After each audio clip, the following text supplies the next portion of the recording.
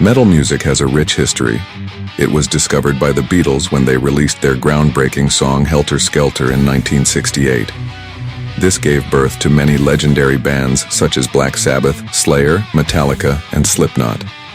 Metal has radically disrupted the world of music and the peace of mind of suburban mothers, struggling to understand why their teenage sons are listening to guttural screaming, double bass drums, and soaring guitar riffs, instead of James Taylor or Josh Groban. Experts estimate the average global IQ has been lowered a few points due to brain damage from individuals headbanging at concerts and getting elbowed in the face in mosh pits. Despite that, metal music has defined multiple generations, acting as an escape for individuals who feel trapped in the mediocrity, which is fiat society. It harnesses the carnal rage of those struggling to pay taxes, helps individuals focus during school and work, and terrifies soccer moms who just want their children to listen to something a little less angry. But metal music is more than anger. It is something that speaks deep into the human soul. It is the music of the marginalized, the downcast, the outcast. It is the sacred music of the ungovernable and non-compliant. There have been many metal bands throughout history, but in the year 2025, there is one that stands above the rest. Combining progressive metal, complex choir arrangements, and influences from classical music, Scardust has taken the world by storm. Critics and people with brains have been raving about the sensational band. Rolling Stone magazine described lead singer Noa Gruman as the Taylor Swift of modern metal music. Now they have released the hit new single R.I.P. with a groundbreaking music video featuring Bitcoin themes, honoring Bitcoin's creator, Peter Todd.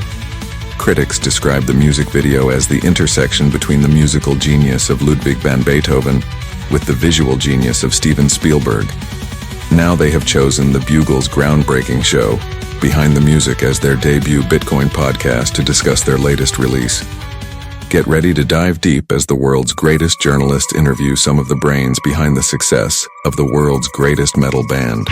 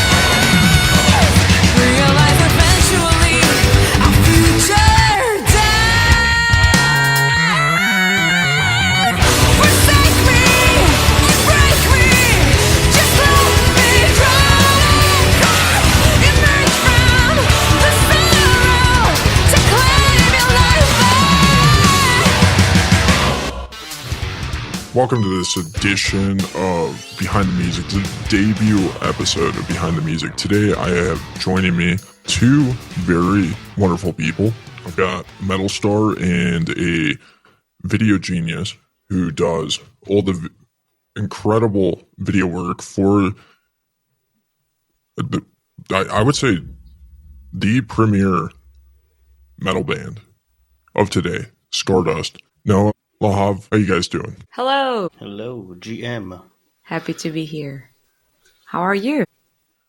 Oh, I'm doing well. I've smoked, I think, it's morning here in the United States. I've already smoked about a pack and a half of cigarettes. Got another pack and a half to go for the rest of the day. But yeah, I've just been sitting here jamming to Scardust. It's rough because, you know, I have to listen to 40 hours of Bitcoin podcasts a week.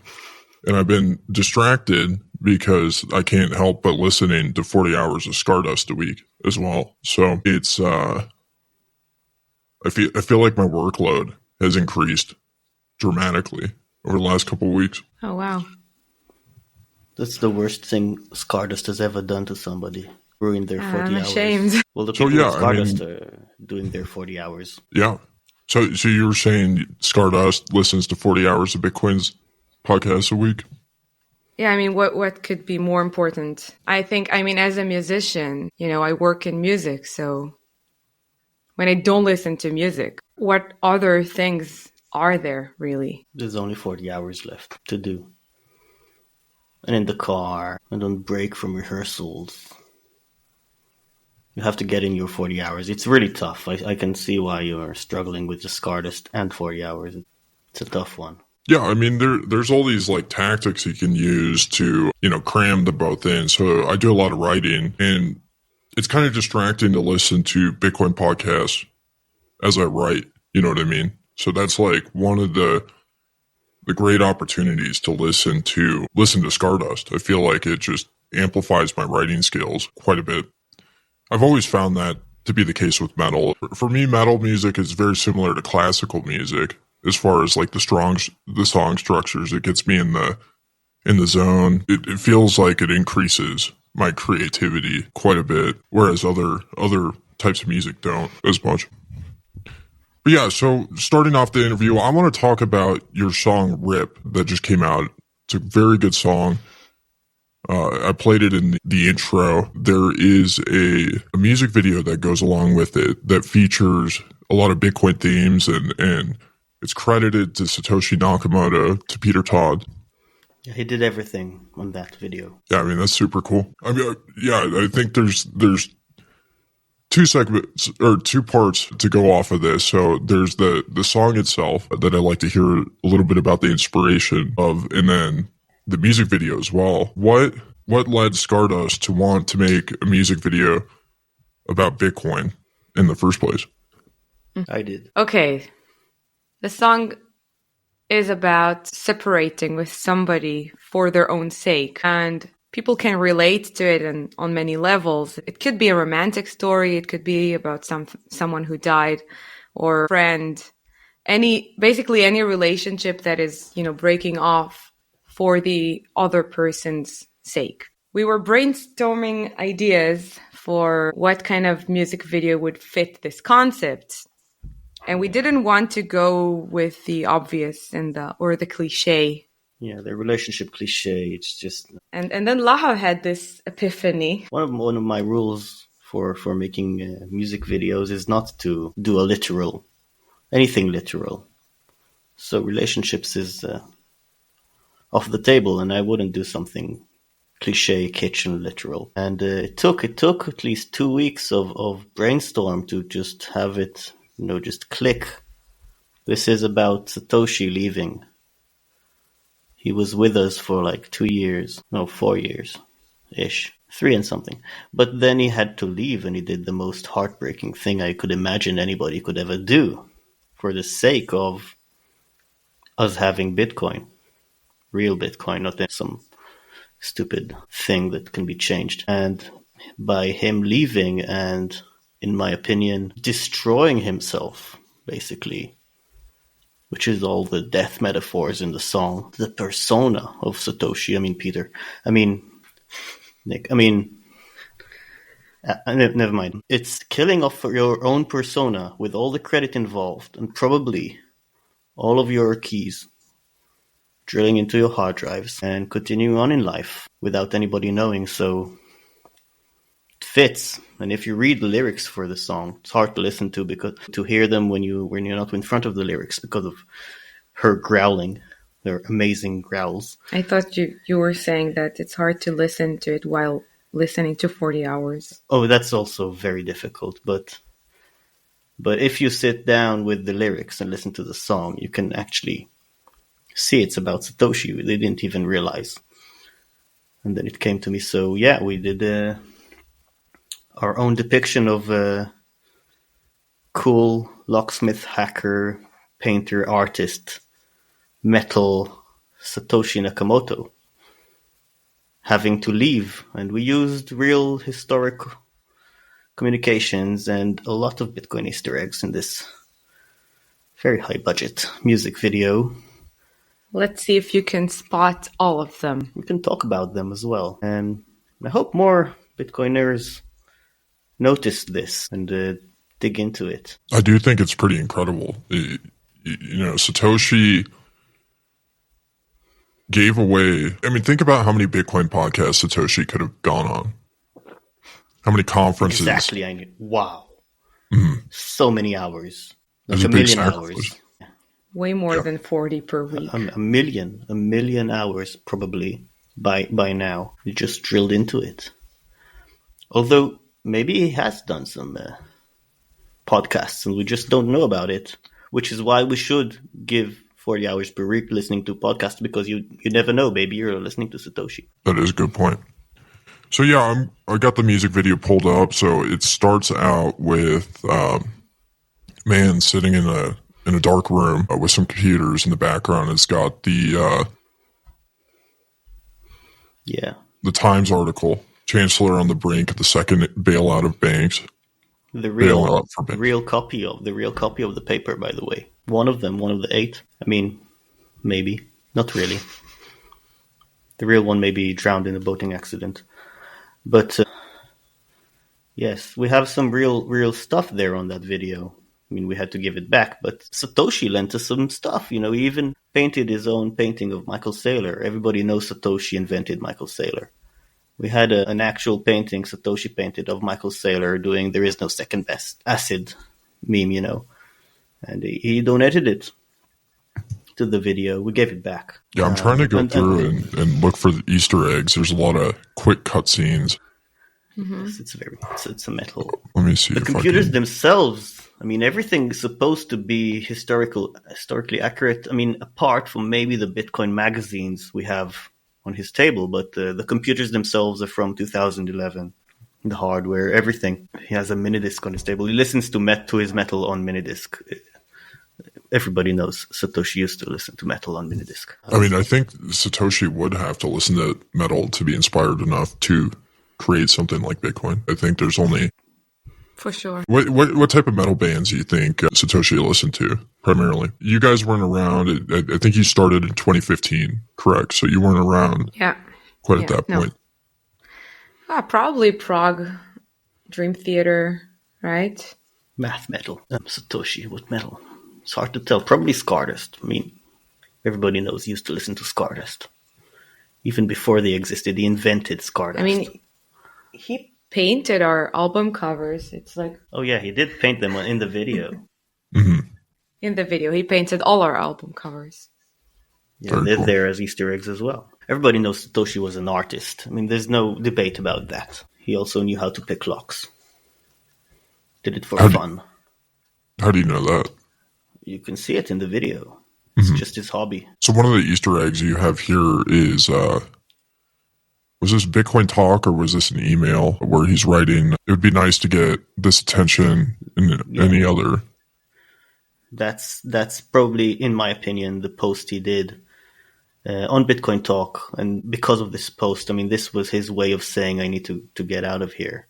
WikiLeaks has kicked the hornet's nest. The swarm is headed towards her is when Assange started getting Bitcoin, when they closed all his bank accounts. And that gave the first headlines about Bitcoin. And I think that's when Satoshi decided he needs to F off. And then he started his last communications everywhere. And then, in my opinion, that's how I see it. Yeah, that's a really important part of Bitcoin history. I consider myself, a peer of Julian Assange. I've got a lot of respect as the John Galt of journalism. I'm not quite at his level yet, but I hope to be some point in the future. But he really was a pioneer when it came to giving Bitcoin a use case of showing very non-compliant journalism. That's one of the reasons why I have a lot of respect for Assange.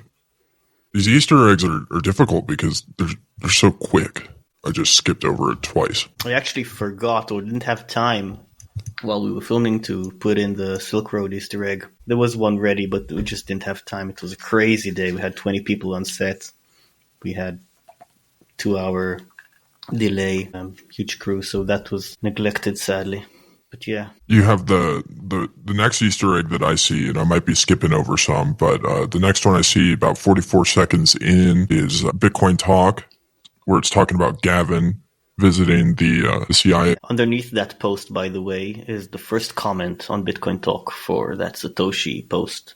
Is Manny Rosenfeld. He's also, for a split second, you can see his name on the screen. He's actually there. We know this guy. He's pioneer in Israel. He was there in Bitcoin from the beginning. He is not Satoshi, he would say, but he's a really, really good person. He has the IBA, the Israeli Bitcoin Association. He has actually stepped down from public work after 10 or 12 years of being the Bitcoin face here. But he was the first one to respond to that. And yes, and Satoshi posted that on Bitcoin Talk. And I believe he already knew. I mean, Gavin posted that on Bitcoin Talk. I'm sorry. I believe Satoshi already knew that Gavin was going to do that. That's what I meant, right? It's Gavin's post. So I think Satoshi already knew before Gavin posted that, and that's why he was in a hurry. Because Gavin posted that, if I'm not mistaken, after Satoshi has already disappeared. Mm-hmm. Or right around that time. So they probably talked about it between them. I mean, it's a speculation, but that's what I'm going with in the video. I mean, that's the story we're telling. Yeah, I mixed them up. I'm not in front of it. Yeah, What else? It's an interesting post to include in the music video. You know, one of the challenges that the Beagle has been combating is that the media is very controlled by the CIA, and we've been trying to push back against that as much as possible. And it is interesting to see the conflict in Bitcoin's history, as this post was probably one of the things that spooked Satoshi away from Bitcoin. So I believe it did spook him, but I think it already spooked him before it was even published. I mean, that's my point there. Sure. Yeah. I think it's funny that Gavin says, I'll be paid a one-time fee of $3,000 to cover my expenses and pay me for my time. But I don't want any Gavins on the CIA payroll rumors to get started. And then Manny Rosenfeld tells him you should ask for payment in Bitcoin. Should have asked for payment in 40 hours per week coin, but didn't exist back then. Yeah. I mean, one of the ways that, I kind of root out the spooks is if I think somebody's a spook and they're trying to offer me payment, is I tell them to pay me in cigarettes, and they don't ever want to do that. You can kind of root somebody out that way if they're willing to transact non-KYC cigarettes. But we do know that spooks use cryptocurrencies, specifically Monero, very frequently.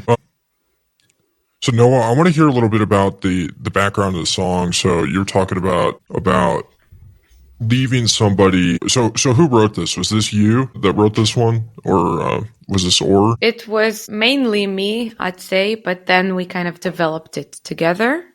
Mm-hmm. First with Or, and then with the rest of the band. Yeah, and it was influenced by actually not just one story, but the general concept of leaving someone for their own sake. And I had this riff in my mind.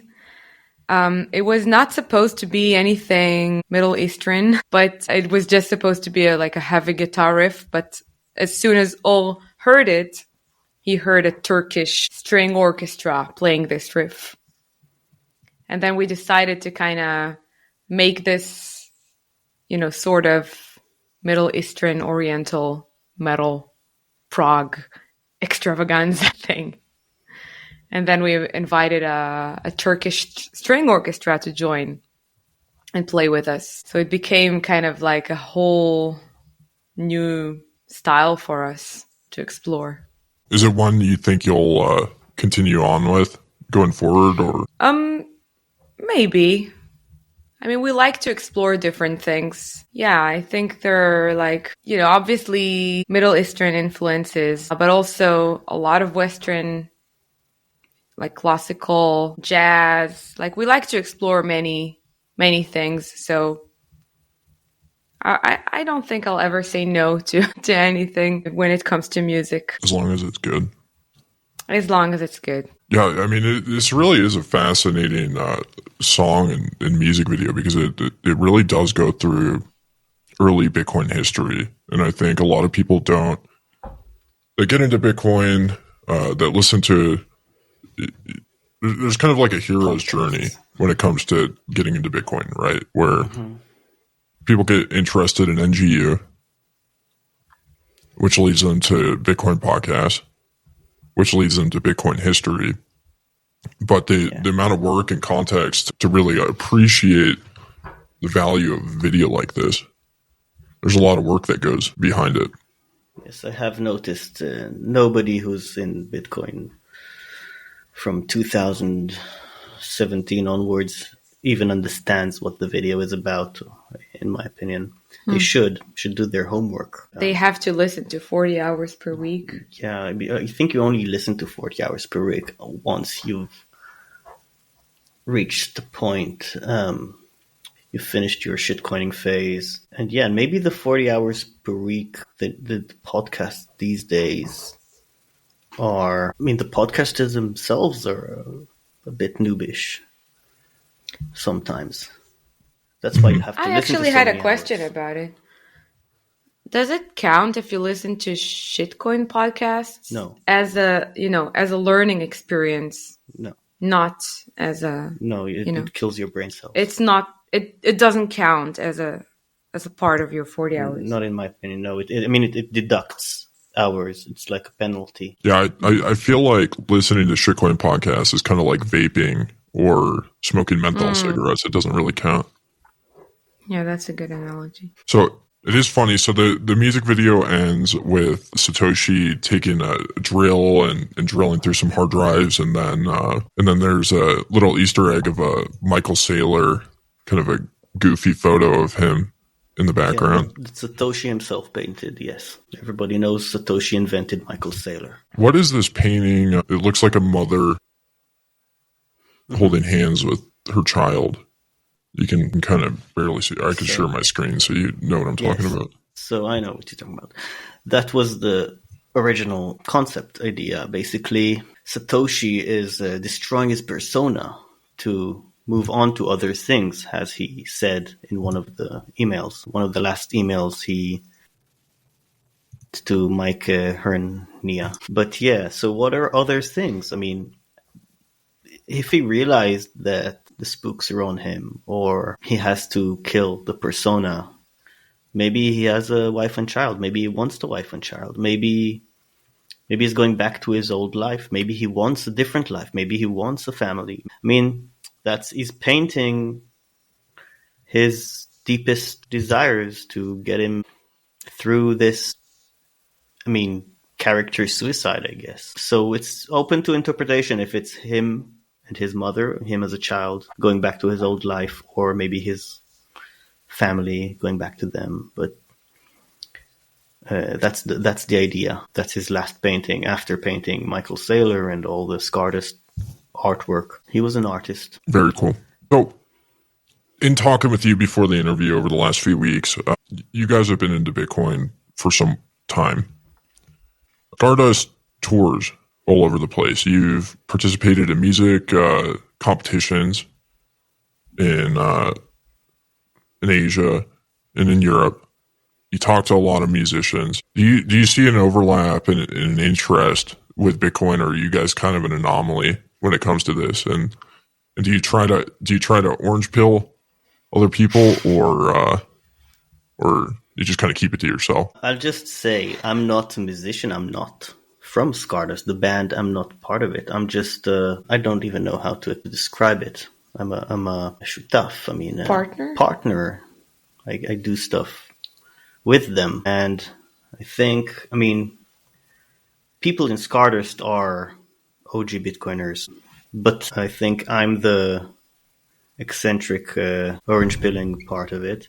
I had a deal with them, with the band, where I can rent out. I don't rent out, but some of the payment I get is real estate space on their laptop that is on stage for putting on stickers, Bitcoin stickers. So, that's kind of the thing. So, and I try to throw in some Bitcoin sticker shots in everything I do with them. But yeah, they are. I mean, But you tour with the band. You do a lot of video for them when I'm at called concerts upon, and stuff. when I'm called upon, yes. Mostly in Europe, though. Scardust have yet to conquer The US. the USA, the West. We'll get there. But to answer your question, I don't really orange pill people that much, I think. Only when I'm asked. And then I give an honest answer. And I think it's actually easier to orange pill metalheads because I feel that Bitcoin and metal kind of share a lot. They have a lot in common in terms of the freedom act. Metal allows you to express yourself fully. Bitcoin does. And for me, personally, as a musician, found myself like deciding to go at a path where I devote my life, my entire life, to something I really wholeheartedly, fully believe in, even though other people kept, telling me like, why, first of all, why have you chosen to be a musician? This is not a real profession. And once they realized that, okay, I am a musician, why metal? Nobody likes metal. It's a niche. Nobody listens to metal. You will never succeed as a metal musician. Prog metal? Are you insane? Have mental issues. What's this crazy coin you're on about metal prog? But I've always believed that, what I do truly allows me to express myself without any limits or boundaries. So I just went for it. And despite, everything that everyone kept saying to me, and I feel like with Bitcoin, it's just exactly the same. I believe in this, and, I make sure to dive deep, listen to the 40 hours per week so I can fully understand what I'm doing. Same as, practicing 40 hours on my piano or whatever. And make sure I really know what I do, stand by what I do. And I think it's going into Bitcoin for me was so natural because it just. Do musicians even have finances or savings or anything? No. No, but I mean, in terms of a mindset, it just fits right into this mindset. It's a solution to a lot of things. I think you just quoted the end of Matrix without even noticing, and you haven't even watched it more than once. A world without rules and controls, without borders or boundaries. A world where anything is possible. It's metal, prog metal, and Bitcoin. Where we go from there is a choice I leave to you. That's the end of the Matrix. It's very cool. So yeah, it's all very similar. It's all the same worlds. That's why, I'm not a musician, but in my, upbringing, I just gravitated towards metal. And when I heard Scardust, I was hooked as well. I'm really grateful for the people who are also Bitcoiners who introduced me to Scardust years ago. Yeah, I've experienced freedom through metal, personally. And I would consider Bitcoin, it's kind of like the financial mosh pit. You know what I mean? Like, well, when, I'm sure a lot of our listeners have never experienced. Perfect. Yeah. I'm sure a lot of our listeners, they've never experienced the wonders of being in a mosh pit. I almost broke a rib once, yeah. You should try it. Talking but, to listeners. What's incredible about being in a mosh pit is, you're in there, depending on the type of music, I think the type of music influences the type of mosh pit you are. The heavier the metal, the fatter and more intense the people in the mosh pit are. So, if you're a little guy like Alex Vetsky, you should probably be going to lighter metal concerts, the metalcore screamo with the Avenged Sevenfold.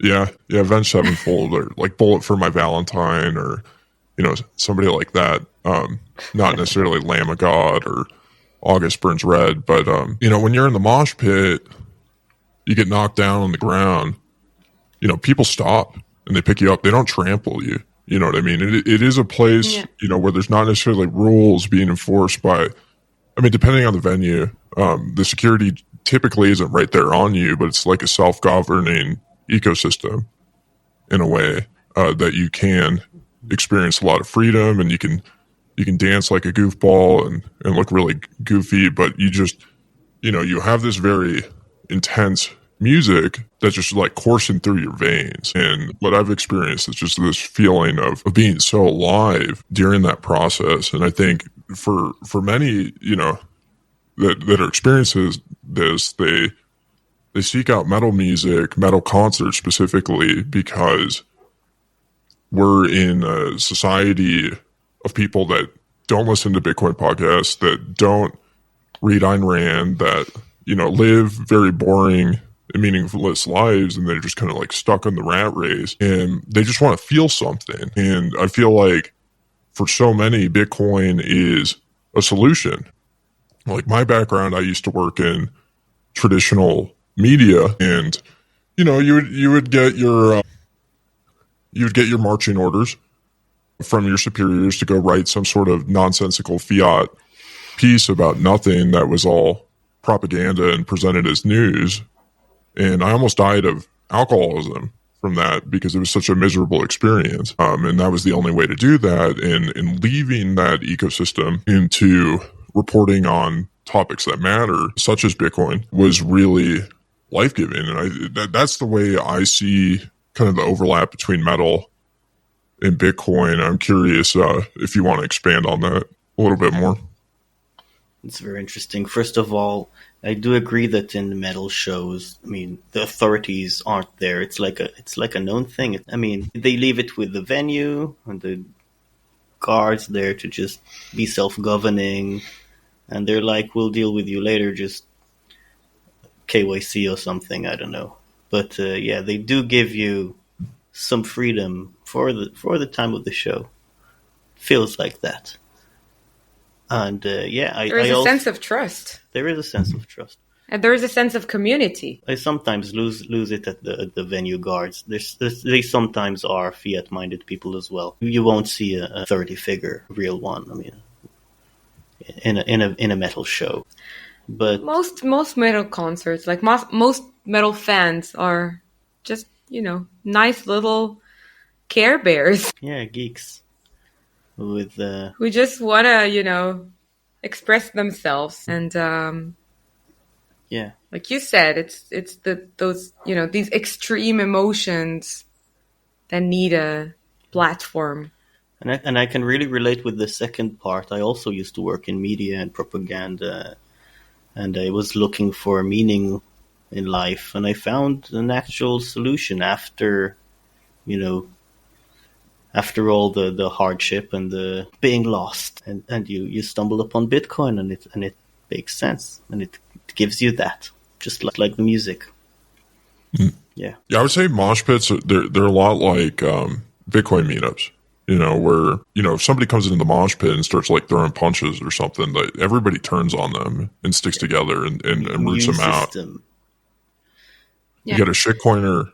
You got a shitcoiner that comes and starts talking about XRP in the meetup. It's the same thing. They get handled pretty thoroughly. Also, like from an educational point of view, I've studied in a lot of academies and with a lot of teachers and with many different methods. And I think like that there's the fiat-minded methods and academies that tell you cannot do this or this or this. Like you cannot sing this loud. You cannot use this vocal effect. You cannot use this dynamic range. And then there are the methods that tell you do whatever you want, and I would lean more towards those. And it was only when I realized what can be done in music, what can be done with the voice, what can be done with, compositions and arrangements and whatnot, that I've decided to start a progressive metal band, because it allowed me to, I can fully express myself now. And I feel exactly the same when it comes to the solution that Bitcoin gives, if that makes sense. Well, I feel like there's all these bands that are kind of trending in the same direction. Like you listen to like Fall Out Boy today, or I forgot what the other one was that was kind of like emo rock like that. But they're all trending in the same direction. They all sound the same. And what I find interesting about you guys is incredibly different. Like I have yet to see any other band really put out a Bitcoin themed music video. And I almost feel like it's kind of risky in some ways because it is polarizing. Yeah. Yeah, we had to be brave. You always have to be brave if you want to do something meaningful. And also you have to be confident. Like, you understand something, it's the other 80% who doesn't. But you understand it, so nothing they can say makes sense if you understand something that they don't. Yeah, I also think, like, this video, we're not sharing any opinion. We're just presenting a story. Well, I did throw in that there is no second fucking best sailor. That's an Easter egg. But yeah, I actually think some of the old punk rock bands, maybe not Fall Out Boy, but some of them did have the good messaging. I mean, I grew up on that. They probably did a good job raising me. Yeah, for sure. I hope they found Bitcoin. You would think there would be an overlap, but we're seeing like bands like Rage Against the Machine turn into Rage for the Vaccine.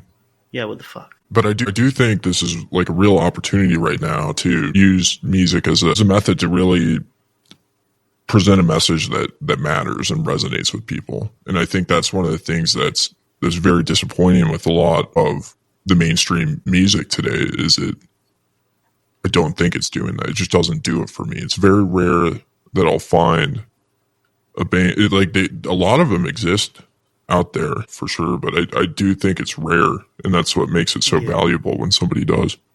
There's so much fiat music out there. It's more than 80% fiat music, and I hate fiat music. Yeah, I don't listen to the radio anymore. Yeah, me neither. Yeah. I listen to 40 hours. There is no time to listen to the radio. Yeah. 40 hours beats radio every day. Well, I want to play a little bit clip from your song "My Haven," which is I believe another recent release. Correct? Yes. Yeah. It's from the new album that's about to come out. Yes, which is amazing. I've heard it. It's really, really good, and it's not out yet. The world.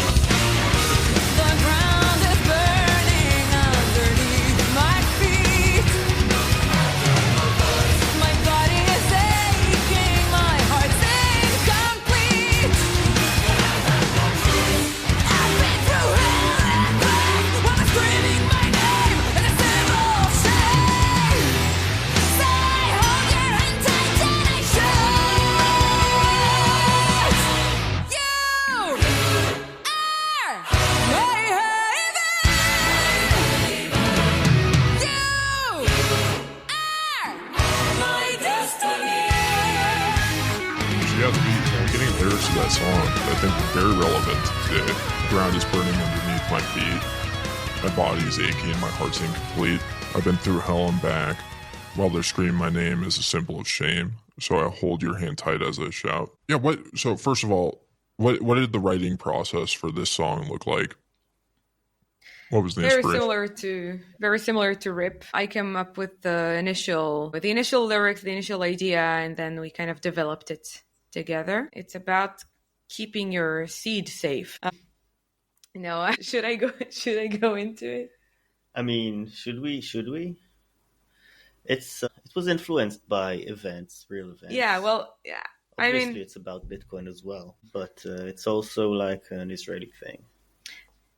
It's a response. Well, okay, so the lyrics are written in a way that I hope everyone can relate to, with, having a safe haven. Because very often our safe haven is not perfect. Whether, it's our home or our partner or our pet or, a mountain, whatever is your safe haven. It's often not a perfect place, but it's still the place where you feel the safest.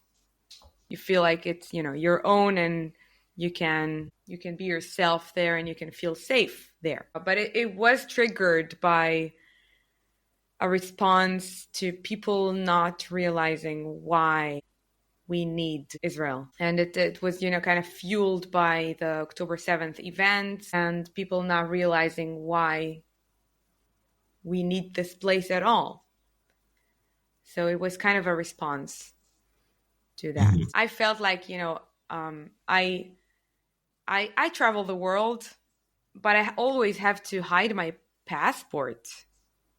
I don't want people to know where I'm from. I speak English abroad. I don't dare to speak my own language because I'm afraid. I don't feel safe, So this is actually here where I live in Israel is the only place where I actually feel safe, despite, everything that is going on. It's a place where you don't have to OPSEC, Yeah. I guess. I mean, as an reader and, so to speak, anarchist, I would think that, I would challenge some of these ideas, but yeah, basically, not country itself, but a place where you can keep your seat safe and you don't have to OPSEC. I mean, maybe, in my opinion, I would relate to that in that way. Yeah. But to each their own. Yeah, the topic of Israel and Jews in general has become very controversial. I think more so recently than prior. My stance on it personally is I see a lot of value in Jewish people for multiple reasons. One of the primary reasons is because I want good like movies and TV shows, and we've seen like a steep decline in Hollywood with this DEI policies, Yeah. which has been an attempt to get the Jews out of Hollywood, and what has resulted is bad movies, bad TV shows. Haven't thought about it like that, but yeah, that's makes sense. Yes. Yeah, and I think that the context I come from, I dealt with American Jews a lot, which is definitely very different than Israeli Jews, and that's something I've been learning about recently. So almost as if it doesn't matter. What do you mean? I mean, if you're a Jew or not, you're just different people. It's just the culture or something. Yeah. I don't know. Well, there's definitely a lot of different cultural nuances here. So, like, for one, as far as I've seen, Israeli Jewish women are hot. American Jewish women, not so much. It's the M16s on your back and the loose pants, I guess. Mm-hmm. I'm curious. So, like, I definitely have some anarchist tendencies as well. I kind of, if I were to ascribe ideology to myself, I'd call myself a cigarette capitalist. But so, what is it like to live in the state of Israel, being an anarchist? What's that like? Been told I'm crazy since I remember, since I found Bitcoin, I guess. Understood. You don't really find it, you just understand it, and it's a matter of luck when you understand it. I mean, it's not something you have to believe in if you understand what it is. It's just a fact. Mm-hmm. So it changes you, and everybody thinks you're crazy, but they can have fun staying poor. So I'm sure it's a pretty unpopular viewpoint to have living over there. I mean, I surrounded myself with the community that it is popular in it, but the wider variety, most people in Israel are NPCs, in my opinion. Most most people everywhere. And it doesn't really matter if you're Jewish or not. You're either an NPC and you don't understand stuff, or you're not. Yes, I find it really, really annoying that some non-NPC people turn into NPC people because they want to murder me for not doing anything and just being alive. And I cannot help being born. So that's annoying, and that violates the NAP, I would guess. That's how you call it. Mm-hmm. Which is the idiotic. no aggression principle. Yeah, so that's just my experience here. Also, the regulation, it's a demon to fight, but at least I don't have to OPSEC something that I have no control over here, I guess.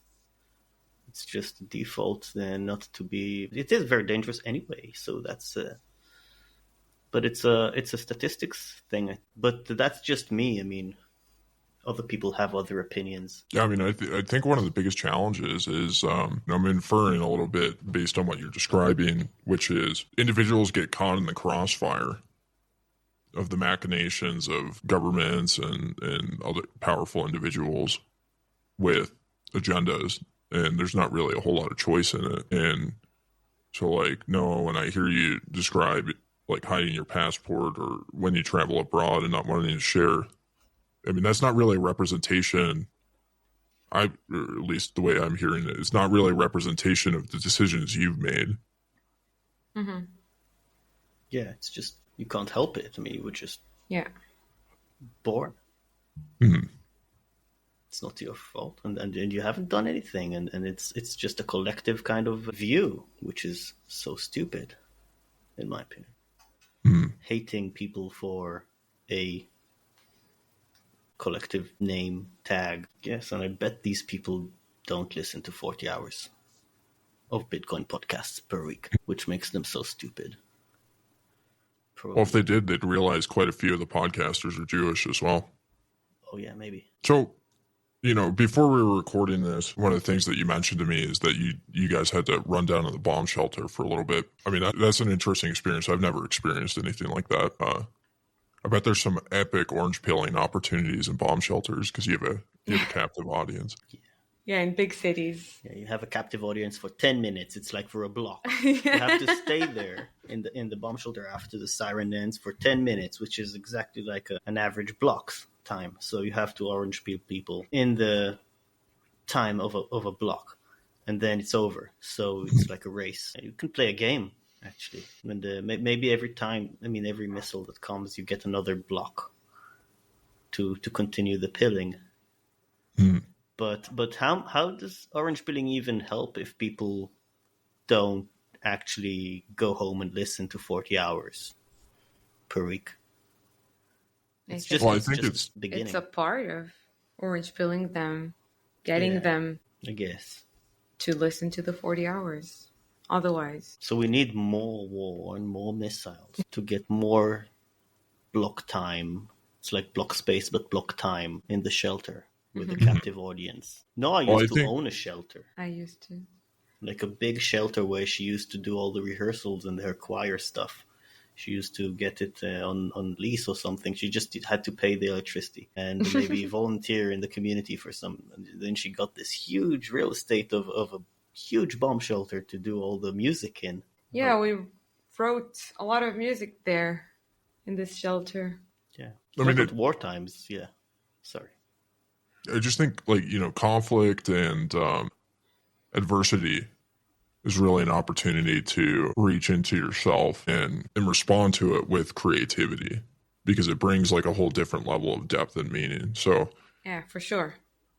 This song, My Haven. So, dealing with all the anxiety culturally and the confusion and conflict, like what things are this haven? What is this song, pointing to? This place, I guess. Yeah. The pre-chorus says, we've been through hell and back, obviously speaks about historical events and calling our name as a symbol of shame. Historical events. Unfortunately, not just as historical. It's, it's happening now as well.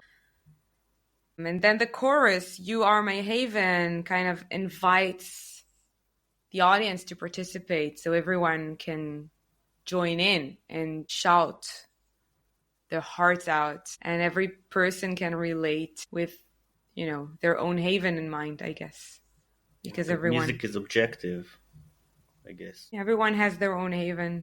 It's a very crowd song to do in live shows as well, with the you. Yeah, it's like a call and response thing. You are this kind of. And then she explodes her voice. I really look forward to experience it in person someday. It's one of my goals. Well, very cool. So you have a new album coming out. We talked Yes. about doing an announcement of an announcement, so the official announcement is coming out here a little bit. Yeah. Probably next month. 2 weeks trademark. Gosh, that term's so triggering. I'm sure it's triggering for you guys too, because from what I remember, it sounds like Fauci robbed you of the ability to break into the American market. But yeah, let's hear about the album. Yeah. It's coming out this year, probably around summer. It has a guest singer everybody knows about already. Yeah, it has a no, nobody knows about it. But everybody was at the show knows about it. Well, they know he sang at the show. They don't know he is in the album. Well, Now you here's spoiled a everyone's spoiler. surprise. So get the hype up already. Yeah, well, I mean, we have some exciting guests on the album. We have guest singer from a very, very cool prog metal band. We have another guest violinist in one of the songs. We have the Turkish orchestra in Rip. We have a whole choir featured in the entire album and on all the tracks. And an orchestra. And a strings quartet. Oh, and we have a Jewish Arab orchestra featured in one of the tracks. That is actually very cool. It's like an orchestra based in Tel Aviv. Young people, half Arabs, half Jews.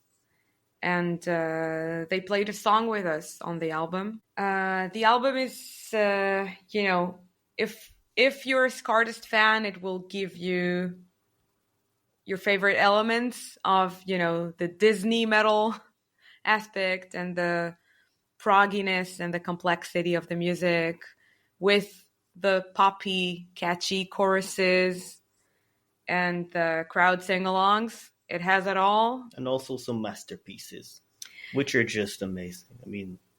if you're just a metal fan or a prog fan, you will have the big epos, the big 15 minutes piece that talks about the story of Pygmalion from the Greek mythology in 3 parts. And it's really good. Yeah, it's my favorite thing you've ever done. Thank you. And yeah, you have the Disney ballad, and you have the crazy prog song with the heavy riffs and the growls. I think you have all extremes on this album. And you said, is it coming out in April, or you're just announcing it's coming out in April? The announcement of the announcement will probably be announced in April. Just 2 weeks. Just build in the hype. Well, it's not just up to us. Because we work with the record label and social media stuff and whatever. So it's not just up to us. It's a good point, actually. Before this album, they just signed with Frontiers Records, which is a big Italian record label. Yeah, that's a big thing that happened, and then they did the album for them. So it should be a big thing. It's just taking its time because you have to announce all these announcements. The label wanted to make sure that we get as much as possible out of the releases. They really wanted to release, individual singles with music videos and kind of spreading them over a significant period. This was kind of their strategy around this album. Mm-hmm. Hope it works. Time will tell, I guess. Yeah. I'm excited to hear it come out. I'm kind of frustrated right now, though, because I feel like I'm getting teased. I'm frustrated even more for knowing that this exists and people can't hear it. Uh-huh. But, well, this is part about being a Bitcoiner, is just having an attitude of low time preference. We can be patient. Preference, yeah. You have to be patient.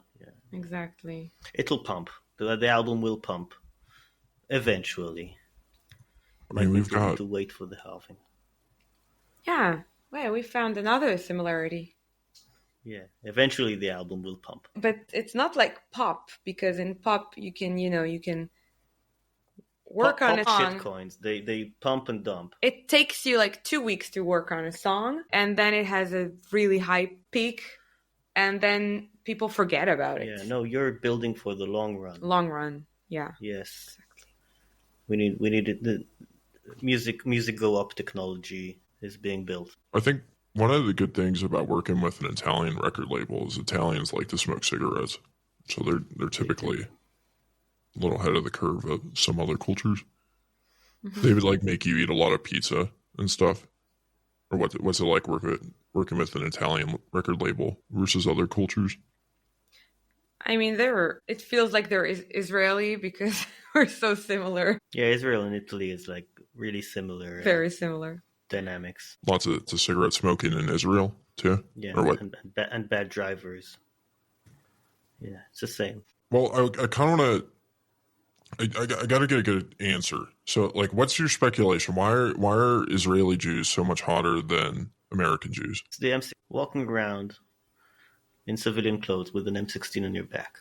I mean, there is I mean, some girls get the Tavor, and I'm not sure if even girls get the Tavor because it's not hot. I mean, it's a superior firearm, but it's not as hot as an M16 or an M4 on your back. I think that's what it is. And also maybe some Israeli women are not NPCs. I would think there is maybe there's a bigger demographic of non-NPC women. I mean, they exist, of course. It's the 80% rule, but that would be my speculation. That's interesting. Yeah, I mean, there's a very prevalent gun culture in the United States, but as a kind of common stereotype, American Jewish women do not like guns very frequently. Yeah. Well, here you have to, or you get stabbed in the back, literally. Wish I had a gun. Guns are fun. Yeah, you can't get them here. I mean, if you're not in the army or whatever, but sometimes if you were, it depends. It's a hard process. It's not like in the USA. Well, closing out the episode, I'm going to play Arrowhead as the outro song. We were talking before, that's, I think, Lahav, you described that as the gateway drug. Song. Yeah, it's a good fucking song. Yeah. Yeah, closing out, do you have any thoughts on that song that you wanted to leave on? Well, the lyrics are just temporary lyrics. I just took quotes from my ex-boyfriend and I placed them as like placeholder lyrics. And it's your best song. I mean, not the best song because the best songs are on the new album, but it's the gateway drug. I mean, it hooks most people. It's a really good song, Arrowhead. Very cool. Do you guys have any final thoughts? Well, I mean, yes. I mean, there was something we needed to share. I mean, Noah wanted to share, I think. Did I? No, I just wholeheartedly recommend to listen to 40 hours per week. 40 hours I seek. 40 hours per week. 40 hours I seek. And that's just a start. That's it. This is all I wanted to say. Very cool. Well, thank you so much, Noah and Lahav, for coming on the show. It was great to hear a bit about your music and giving me the opportunity to poke and ask questions. I still don't think Thank you for having us. I think the question of why Israeli women are hotter than American Jews, we need to probably explore that a little bit more. But I'm excited to hear the new album. It's probably the hummus. I'm trying to think about, what could it possibly be? It's the genome. It's all the gene pools. Everybody from all the world together. We can explore it, yes. I mean, people from all the world came here and reproduced and created very beautiful specimens. It probably has to do with the adversity too. Like there's a little bit more of an adversarial environment. Good thing there's no debate about it, though. I mean, it's a fact. I thought it was just a marketing ploy, and then I started doing some research on it and talking to some of my friends that had been to Israel quite a bit, and they told me it was not a marketing ploy. But yeah, I mean, the American Jewish women, they grow up. I think there's less seed oils over there. I think that's one thing. And maybe less corn syrup. Mm-hmm. Less corn syrup. Less hummus. The hummus doesn't have any seed oils as well, yes. I mean, the hummus is not real More olive oil than anywhere other than Israel. It's not real hummus, you know? Debatable. But maybe. But it was a really, really big honor to be a part of someone's 40 hours per week somewhere. Yeah, that's like a dream come true. Yes. Thank you. Timeless glory is what you're running for. Even if I offer my eternal soul, I'm waiting for your mind to let you know all your heart is what I'm aching for. I love it when you're looking with your eyes, finding me alone. I'm begging, don't you go. Arrowhead pointed towards the sun. Up beyond the sky is where you're aiming. You don't know them, you don't know us. What's the rush? You're not even happy when it's raining. Tell me, will you ever look me in the eyes? And from this nightmare, darling, don't you go. Broke the lock, went out a door, and watch me fall apart. You know it's not my fault, so find your own answer. Stop waiting in, please take me home.